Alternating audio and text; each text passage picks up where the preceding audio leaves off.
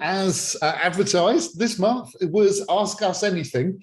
It's all about answering your questions. We had loads. So I've got 28 for you. That means, by my reckoning, I've got about a minute and a half to answer each one of these. They're from across the breadth of accessibility. So we're going to be looking at everything from what do people need, what are these standards, stuff around, there's a lot of stuff around PDFs and legacy type stuff, and about buy-in, embedding. There were some questions that really made my heart soar as people showed they were completely on the sort of wavelength that we have. So that's great. As I say, pop your questions in the chat if you weren't able to put them in the Eventbrite, and I'll try and get as much in as possible. What I will do is I'm going to be, every one of the questions will have some form of link to another resource that you can get to, mostly either blogs on our site or actually posters or stuff on HiHub from previous months. So that's good.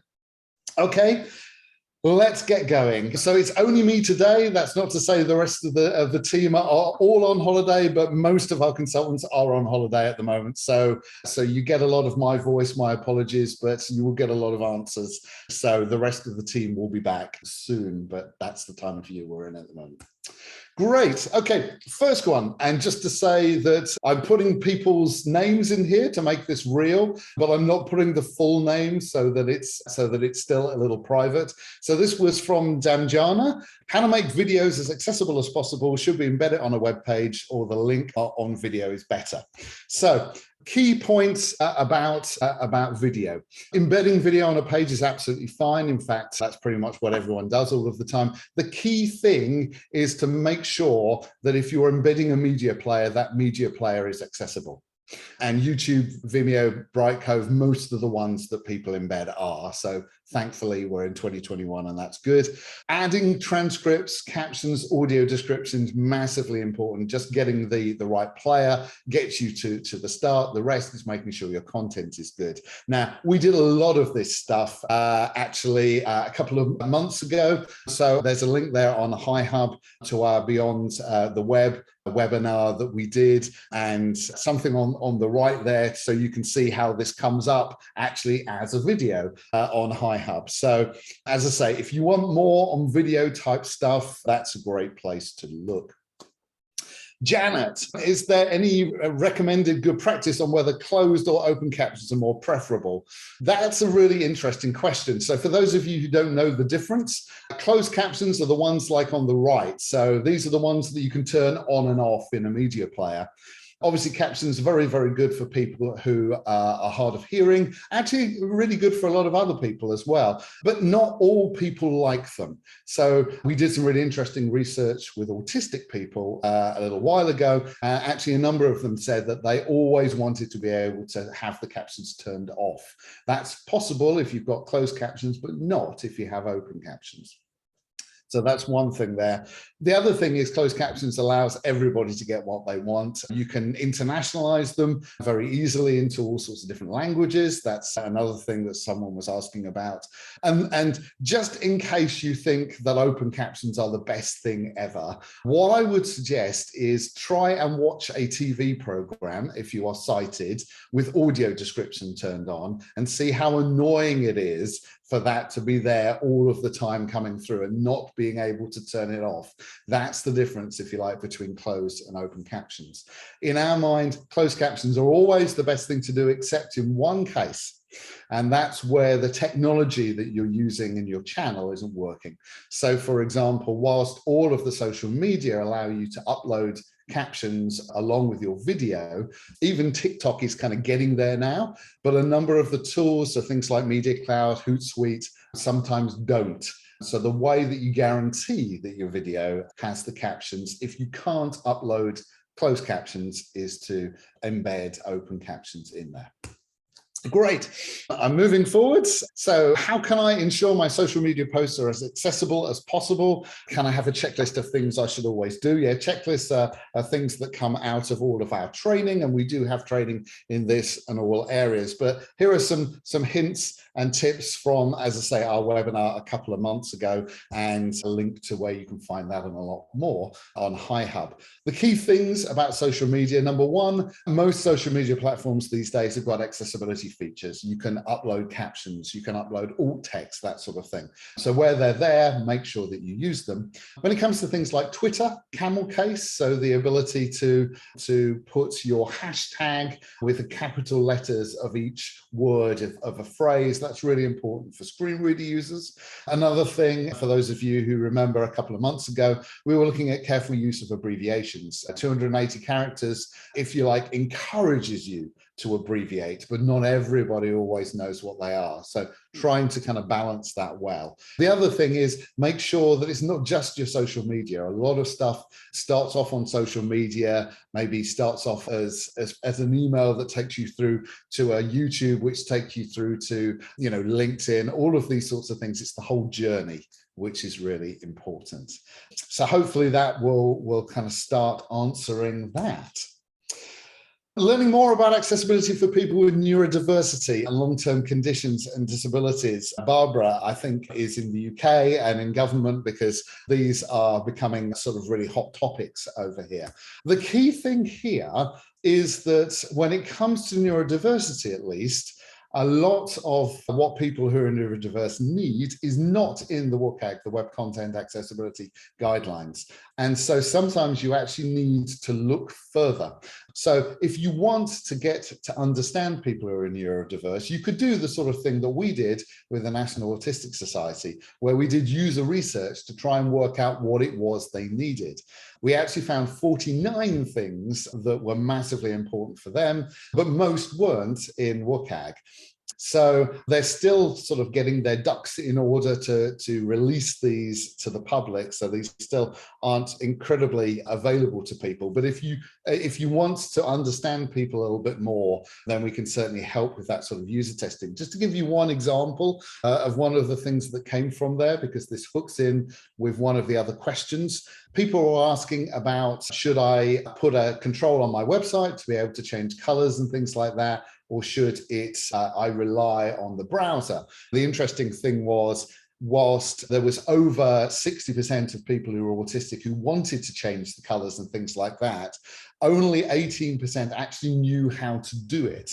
Over, almost 45% were getting a really bad experience of the web because there were facilities in browsers that they didn't know about or that were too complicated for them. That's the real world of these sorts of things, and that's what you can find in user testing. Okay, that's great. Hopefully you're keeping up. As I say, you don't need to kind of take in everything, because there's lots of questions here from lots of different people. I've tried to kind of thread through some themes, so things are not completely random, but it's really useful. You're going to be able to kind of look at all of these again in a week if you go to HiHub, or if you're not at all interested in people who are neurodiverse or whatever I'm talking about in one of these answers, there will be another one along in a second.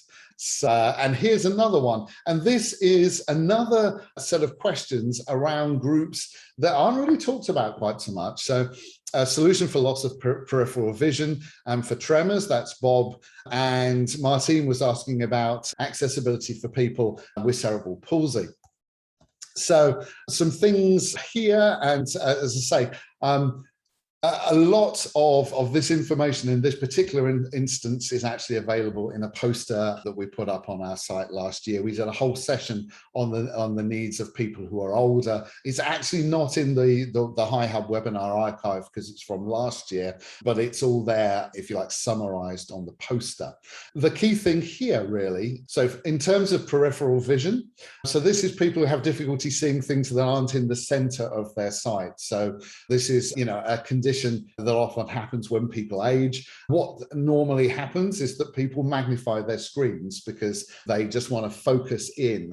The key thing here is where when I click something here, and something changes up on a different part of the screen, that is really difficult for people who are focused on one part of the screen to see. Basically, they'll click on it and they won't realize that something's changed. I'll give you an example, and here's the irony.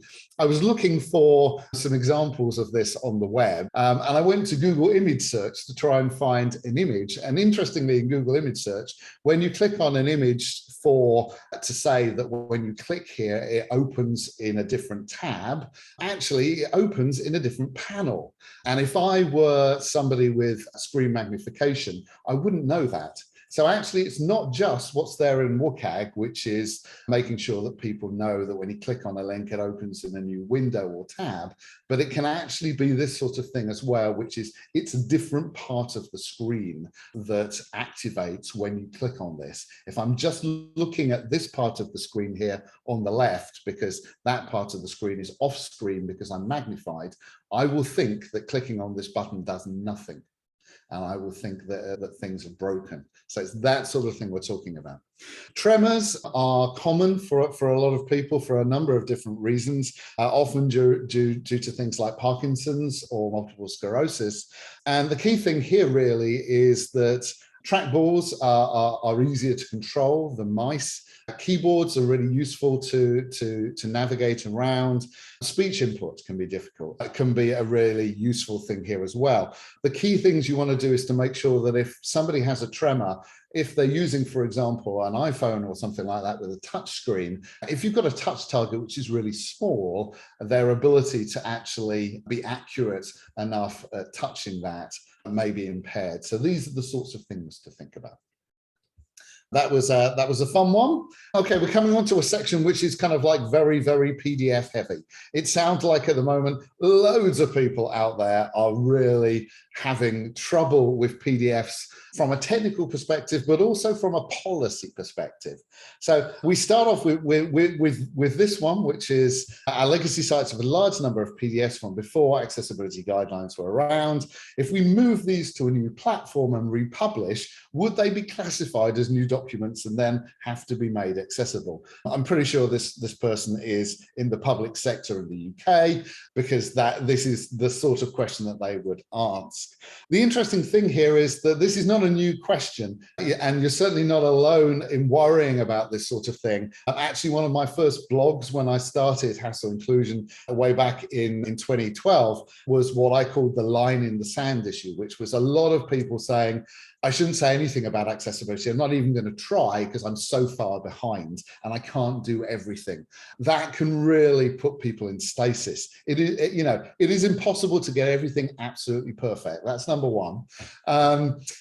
Number two is it's okay for you to say, I'm going to draw in the line between what I'm doing now and what I used to do. So if these are old documents, and then just because you're republishing them, in my perspective, unless you've got the money to fix everything, I think, that's probably more than you need to do. The really key thing, and you're going to hear this all the way through, is what is important to your users. You may have a library of millions of PDFs on your site, some of which have not been actually touched for the last 5 years. For you to then update the accessibility in one of those when you republish it has no benefit to you. And that's the thing we're going to touch on in all of these sorts of things. It's the cost benefits of this. So really important that even when it comes to the government type stuff, they are really interested in cost benefits. If you don't do this, how many people will have a problem with it? If you do this and you make things more accessible, will you, is that an important thing to do or not? That's the key stuff that we're looking at here. And fundamentally, ask people if they disagree. So if you look through all of your PDFs and you found that actually only say 10 of them are in normal usage, people have been visiting them maybe in the last month, or the last kind of 6 months, then add accessibility to those, fix accessibility there, and then say to everybody, we haven't done it for the rest because we didn't think, if you like, it was people needed them. But if you do need it, please contact us and then we'll have a look there. It's a sensible way of looking at that. And that's, if you like, the line in the sand idea. What to do if you're republishing content, but it can't be made accessible because of the way it was created and you can't change it due to the author. Again, so Yak in our team is doing a huge amount of PDF training at the moment, and we're not going to go deep into any of that stuff because actually your questions have been more like this, which is, okay, if I've got a PDF which isn't accessible and I want to make it accessible, what do I do if it's not my document? So the first thing to say is, you could refuse to publish it. You could just say, actually, if it's come from somebody else and they didn't get the accessibility right, I'm not going to publish it. That is an option that you have. However, if that doesn't work, you could try and fix it yourself. So you could say, okay, I'm going to use Acrobat Pro to fix that document. It's going to be harder for you to do that than the person who created that document in the first place, but it's still possible.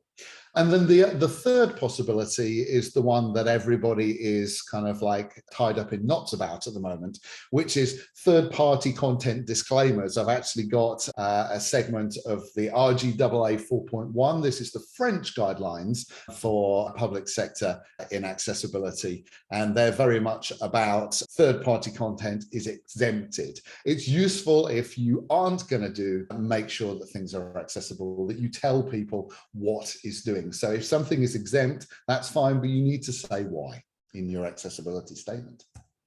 Okay, next one. Accessibility checkers, automated checkers are not good enough on their own, whether it's documents or websites. How best to bridge that gap and get content users to look beyond the mere checks and issues, say in a Word document. Similar when converting to PDF. This was Desiree. So yeah, she's absolutely right. Automated checkers are useful, but they're not enough.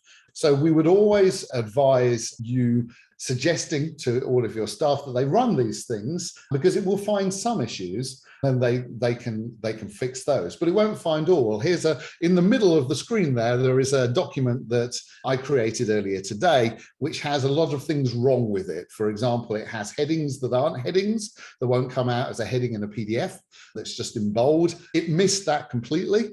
It's also got a list which is actually just a list of paragraphs with dashes at the front. Again, that's not semantic, and it missed that as well. I also put some very small text in. It missed that. That's not in WCAG, so that's okay, I guess. But certainly if it's coming through to a PDF, having very small text in it is a really bad idea, because it's harder to increase the size of text in PDFs. You won't be able to see it, but it says this is text without enough contrast, and it found that. So the accessibility checker does do something.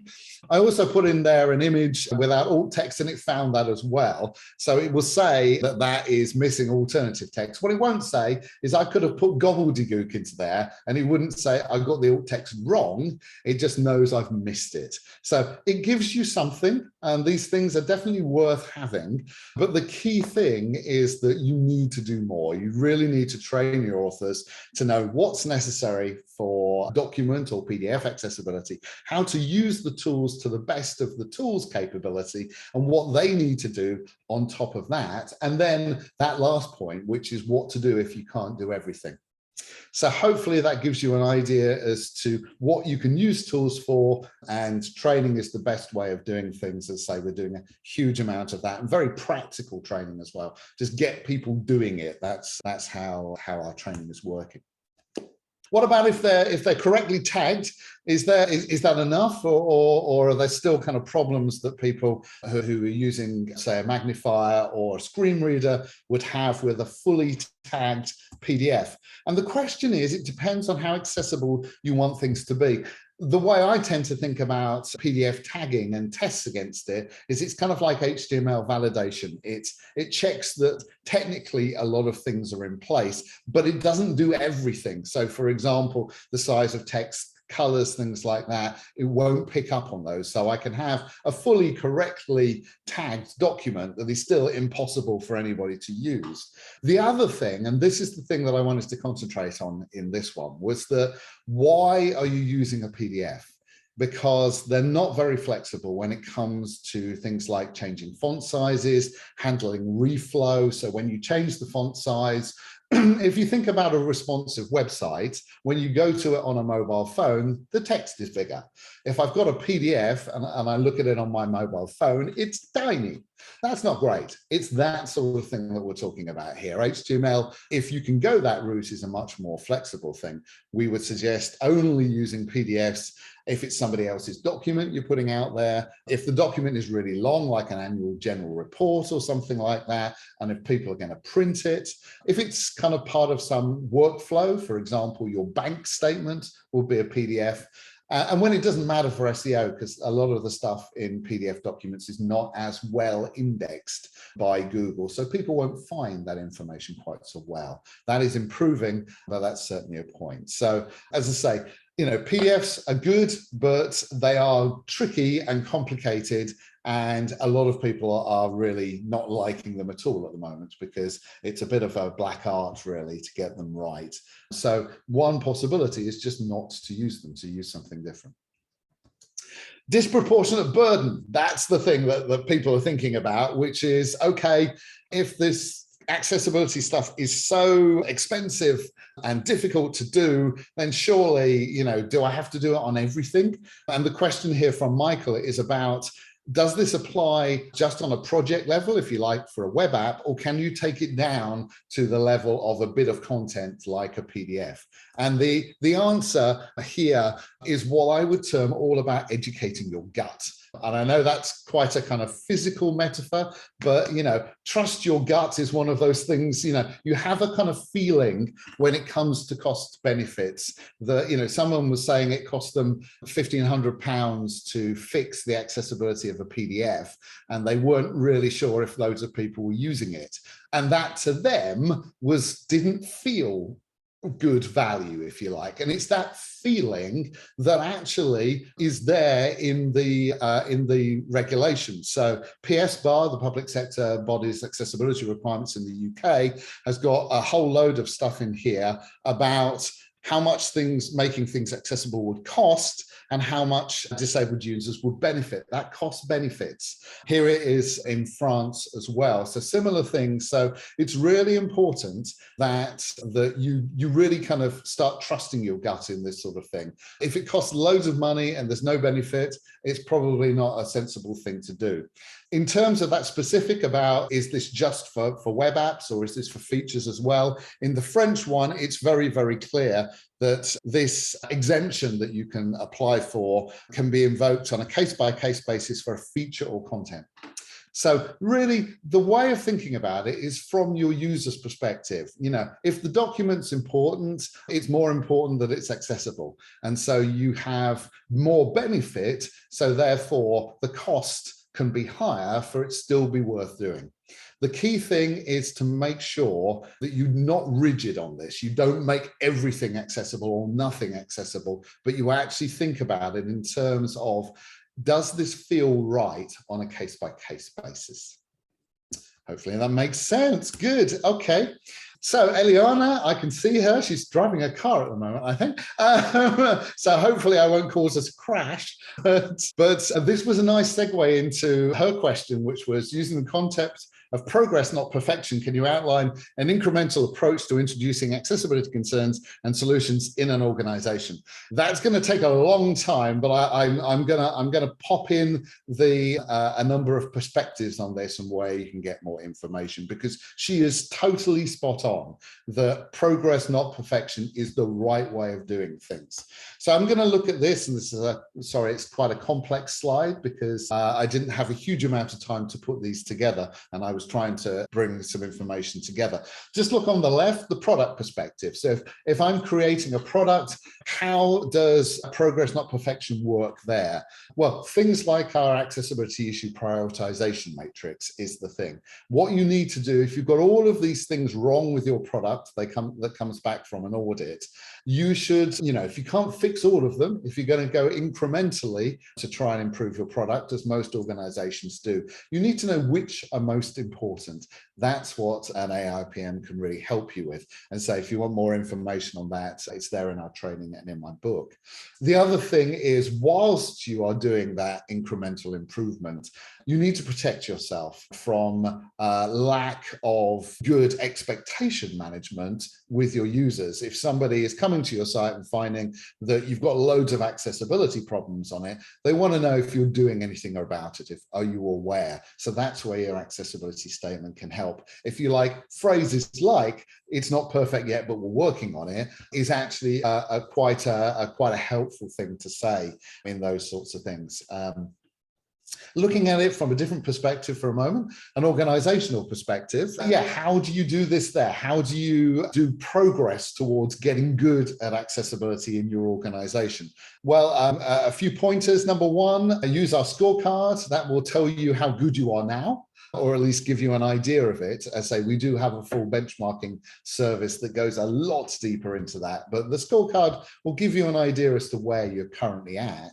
And then the key thing is, how are you going to improve? There are loads of areas that you probably need to improve on, but you don't need to do them all at the same time. What is your next best step to get you to where you want to be? And chances are that's got something to do with your competitors, if you have any. Because if they're all in advance of you in some areas, it's entirely possible that if you are really tactical about your stuff, you can leapfrog over them in those areas and then come back to others. The key thing is, as an organization, there is quite a lot to do for most organizations that we work with. Don't do it all at the same time. Don't try and boil the ocean. Do the stuff that's actually going to be the next best step. And balance between under and over promising. What we find when we do this, and we do lots of competitor analysis, there are two almost types of companies getting things wrong in our minds. One, the sort of companies that go to the Valuable 500, their CEO says something massive about accessibility, like everything we do is going to be accessible in the next 6 months or something, and then goes back to their staff and says, okay, do it, and the staff pull their hair out. That's over-promising. The other way is under-promising. So organizations who are so terrified of somebody saying they're not perfect, they don't say anything at all about what they're doing. Both of those extremes are not where you want to be. You actually want to be in a place where you can say to people, we're on a journey here. These are the sorts of things we're doing. These are the sorts of things we've accomplished already. And especially that's really important, not just for your, if you like, external PR, but also your internal PR, to make sure you take people in the organization with you and they see that work that you're doing is actually having some impact.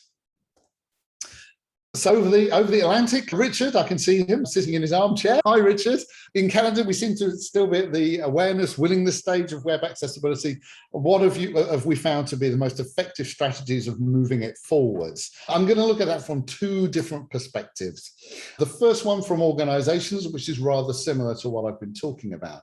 To try and help an organization sort of move forwards, this is the kind of three things that we look at. A benefits workshop, so they can see what they can win by doing more accessibility. A competitor survey that tells them what their competitors are doing, so whether or not they're behind or ahead of their competitors, because if they are behind, that's going to, if you like, loosen up the budget, shall we say, for them moving forwards. And a prioritized plan to actually get there. So you want to say, these are the benefits, this is how we're going to get there, and this is where we want to be, because we want to be better than the other guys.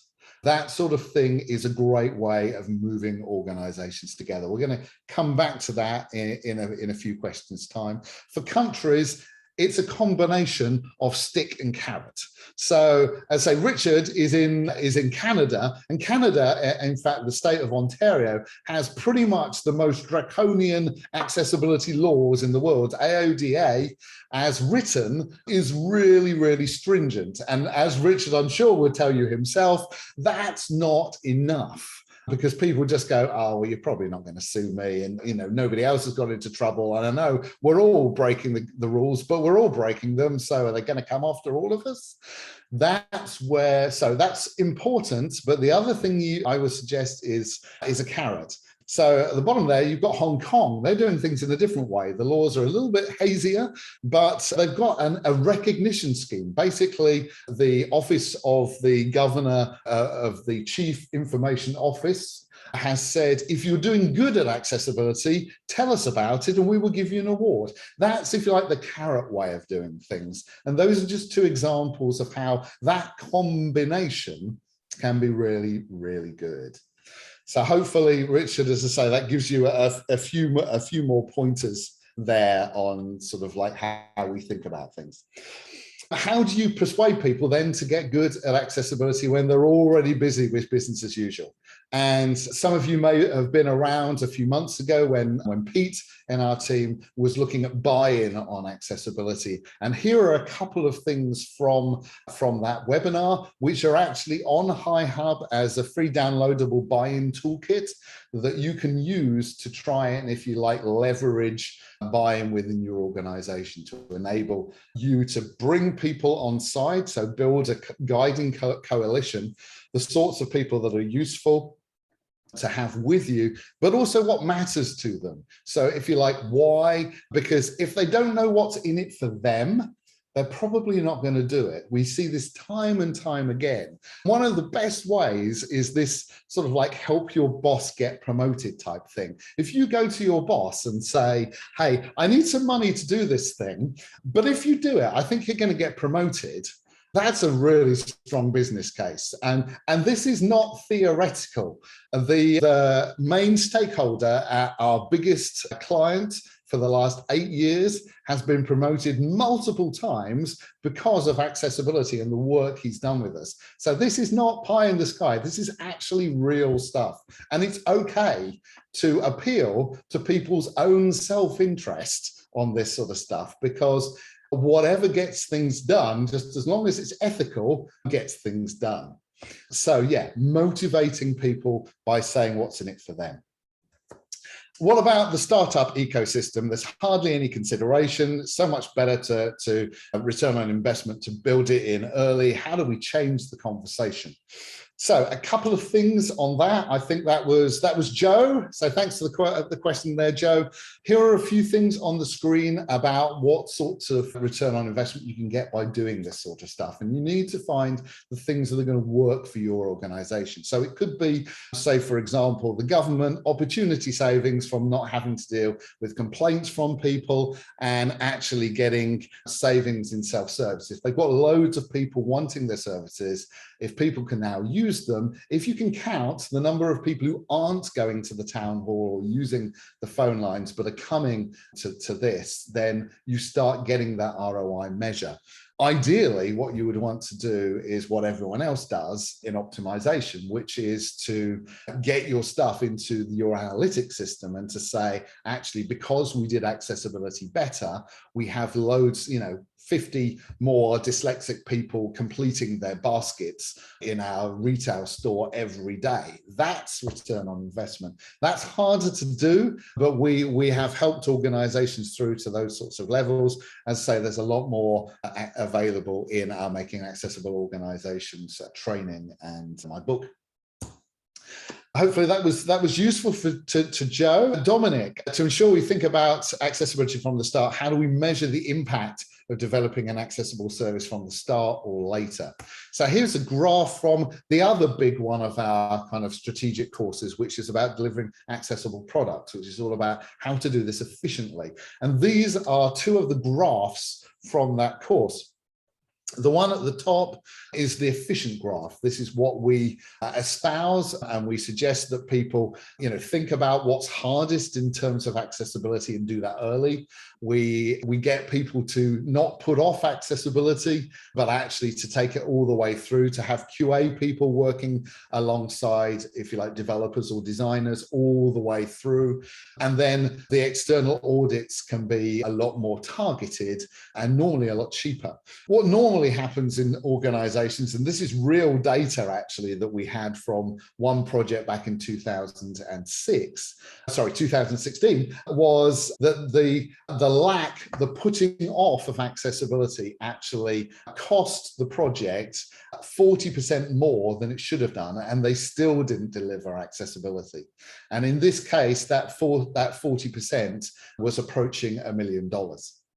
So that gives you an idea that you can model this stuff, but you need to count. If you are not counting how much money is spent on accessibility on your projects at the moment, how will you prove that by doing it better, you will have saved money? You need to count. So really important stuff. And we've got loads of how to get better at this in our delivering accessible products. Okay, we're kind of rifling through. We've still got a long way to go, but we're getting there. As I say, if you do have questions, then please pop them in the chat. And one of our team will either sort of give you the answer whilst I'm talking, or we'll come to it at the end. How to set up an accessibility capability within my company. So suggested certificates or courses to establish your career. So the key thing is, who do you need to train?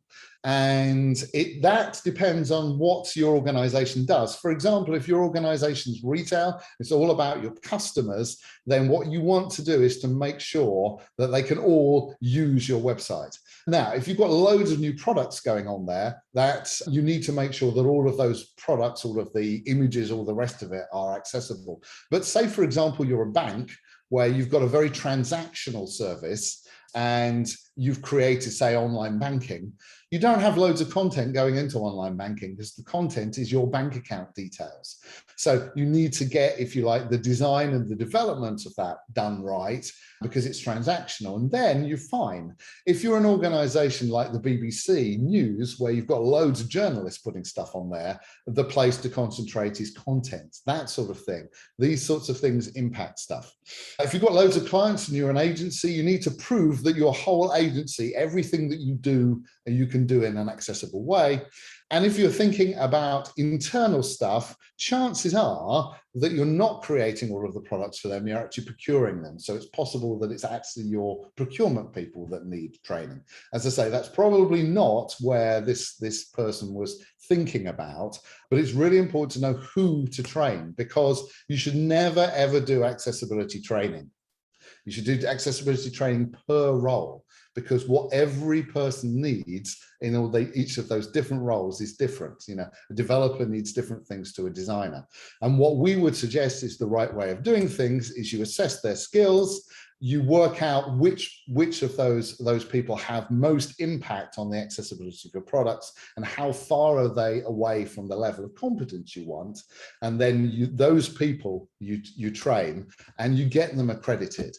And as I say, we've got a training brochure on our site that's got a lot of stuff on there. What I would say is the IAAP is the elephant in the room on this one. A lot of the things the IAAP do, so this is the International Accessibility Association Professionals, a lot of the things they do are really good. I know a lot of them and I really like them. The thing that I don't like is there was a sort of accreditation. I'll say that right now, because it's all about websites. It doesn't say you're a developer of a website, you're a designer of a website. It just says you do websites. And most designers I know don't know anything about JavaScript.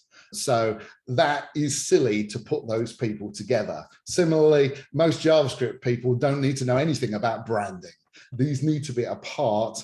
Good accreditation is actually specific to the role. That's what we do.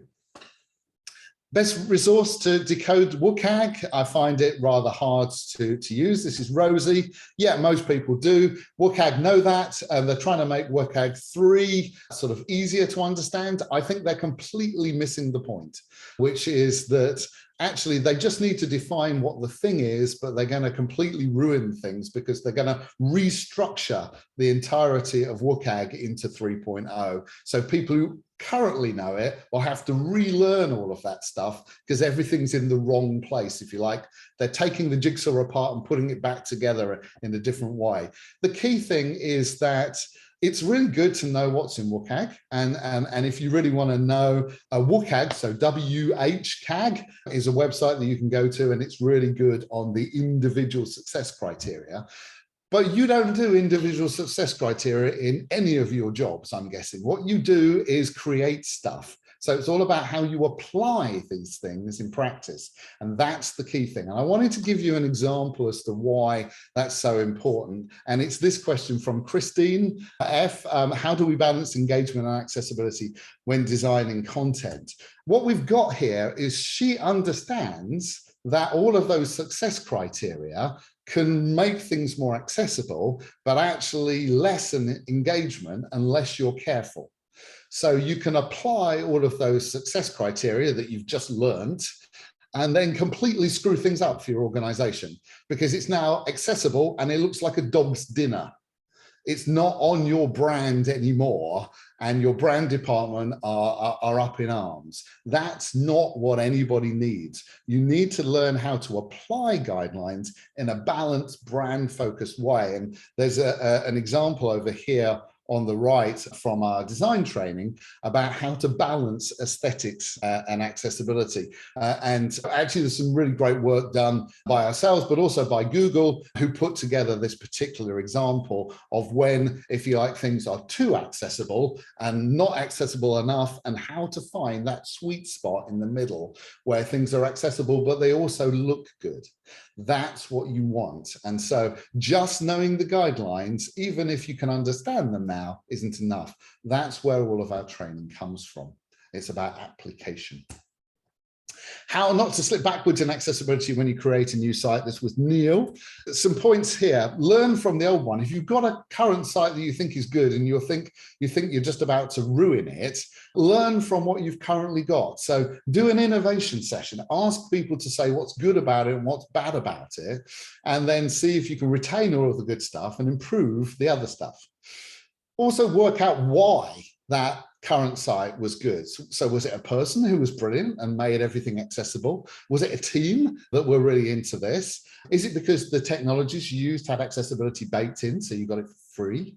Or is it because of something in the process, so you tested it, or because people did things right from the start? Whatever it was that made what you've currently got good, you want to keep doing that. So you need to maintain what works last time, whatever that was in your organization, in your culture. Things may have changed a bit. So for example, design patterns may have changed, technologies may have changed, but how do you make sure that even with those changes, you keep that thing that's good? That's what you want to be looking at. And the other thing there is we've got a blog that I put out a while ago about relearnability. So when you change a product online, people have to relearn how to use that. You know, even Twitter had this issue recently. And it's really important that for somebody with a disability, you give them help to be able to do that. If a button used to be on this side of the screen and it's now on the other side of the screen, I may miss it if I'm using a screen magnifier, to use the example earlier. So help people. Some stuff here about flowcharts and infographics. So infographics, just a few things. As I say, we've got a lot in our courses on these. So transcripts are great. Everyone thinks of doing them just for video. When you've got an infographic with loads of information in it, I would suggest that the right thing to do is to do a transcript of all the written information. Somebody who's blind doesn't need any of that infographic type stuff. They just need the written content. So actually a transcript for an image can be a really good thing, and it's fine if it's quite long. If you're doing infographics for graphs and things like that, make sure that people who are colorblind can actually follow the information, so you're not relying on them being able to, if you like, differentiate between colors, because these colors over here on the left, when viewed as somebody who's red, green, colorblind, all of these colors are very similar. It's very difficult to use the index. Tables, just try and make them simple. I think the question was, how do you do complex tables accessibly? I think the short answer, because we don't have too much time for any longer, is don't do complex tables. Why do you need a complex table? Ask first and see if you can make it simpler, because that's the best thing, because tables, when they get really complex, are theoretically possible with the tech and dreadful. Hidden skips to content. So this is Jeffrey. He's obviously a developer because he thinks that can't we do this in a better way? So he thinks it's a hack, actually, because we've now got landmarks in HTML. Well, even screen reader users don't use landmarks. 2020 survey said that 26% of people with a screen reader use them. So most people who they were intended for don't use them. And actually, those skip links are what helps people who use the keyboard and they don't know anything about landmarks at all. So just because the tech allows you to do it doesn't mean it's the right thing. If you like, please don't try and replace something which isn't broken with something that is broken. Hopefully that makes sense. Okay, we're coming into land now. So a lovely question here that we don't really have a huge amount of time to look at. This is looking at the difference between accessibility, fun, and satisfaction, and why we're so obsessed with accessibility when we're not really thinking about satisfaction and enjoyment for people who have a disability. And Ian is spot on here, because this is what I personally put into the international standard, because a lot of what I was doing, certainly at the BBC, was about how to make sure that everybody gets a great user experience. I didn't want everyone else to have fun and people who had a disability to just have something that was technically accessible. That's not equity, really. So if you want that for everybody else, especially, for example, if it's a game, if a game is technically accessible and not fun, it's not a game.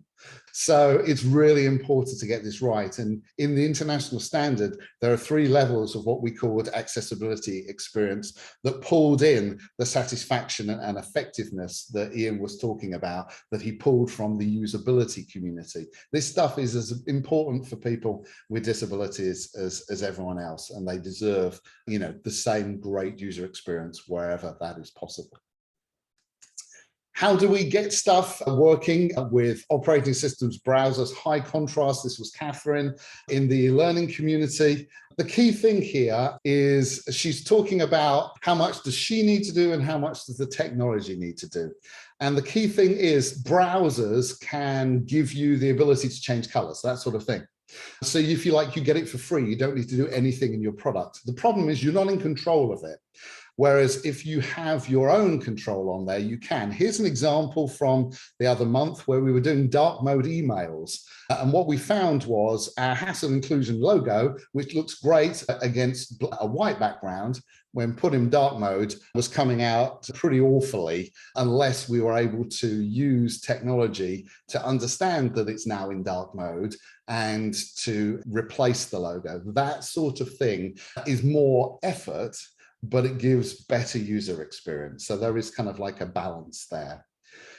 Basic principles of accessibility the UX design should know. Yeah, I mean, there's some stuff there from our November 20 webinar, get our poster for e-learning. Sorry, get our poster for the stuff around UX as well. It's more that we can put into a few minutes, but that's what our training is there for. And then just one last thing. I don't know if Aggie's on the call, but accessibility with localization in mind. She was asking about this and translation. The key things is that accessibility and localization are actually very similar in some ways, some of the things to think about. Internationalization recognizes that when I put some words in a box and then translate it, the words might get longer because they're longer in that language. It's the same sort of thing for text resizing. And also, if you've got alt text, make sure that you actually translate the alt text as well as everything else. That's not me telling you, that's Google. So finally, what are my views on JavaScript? Is it good, bad, or otherwise? When you get hold of this deck on HiHub, you can listen to a podcast that I recorded just a few weeks ago on that one. Basically, JavaScript is okay. I don't think we have sort of that much time for questions today because I had so much there. So I wanted to say thank you to all of the 28 people whose questions came through. As I say, hopefully all of you got some benefit from those as well. The key thing really is, what do you do next? And that's very much about HiHub. As I say, going forwards, what we want to do is to not be repeating ourselves on these webinars all of the time, because new people are arriving, if you like, into our community all the time, which is lovely. But we want to be able to kind of say, over there, you know, we've already kind of like gone through the 10-minute version of that, and I haven't even got a minute to do this. So please, if you haven't signed up to HiHub yet, that would be a great thing to do. And finally, it's bang on 3 o'clock. Next month, we are looking at ISO 30071 delivery for all organizations. We've been working with a huge number of big organizations trying to get good at accessibility. And most of them think that this international standard that we created is just for big companies. Not so. The Crown Procurement Service here in the UK are actually requiring this from smaller marketing companies. So a lot of them are coming to us, and we're working out ways of doing this in a much more kind of supported way and a much cheaper way, if we're honest, so that organizations can do more themselves. So templates, all of these sorts of things. There is a load of really great stuff in the international standard for all companies, whatever size they are, whatever industry, if you like, part of the digital sphere they're in. So loads of great stuff coming next time. Thank you so much for your time. I really, really appreciate it. Sorry, it's been very much kind of like one-way traffic this time, but I guess you all asked your questions beforehand and that was all response. So if you have more questions, then please get in touch with us. Otherwise, see you on HiHub and see you next time. Thanks very much for your time. If you've liked this, it would be really cool if you could take out your camera, just kind of give us sort of like, capture that QR code. There's like a 5-minute survey on there that says, just ask a few questions as to how we can make this even more beneficial for you. But thank you so much for your time. Have a great day.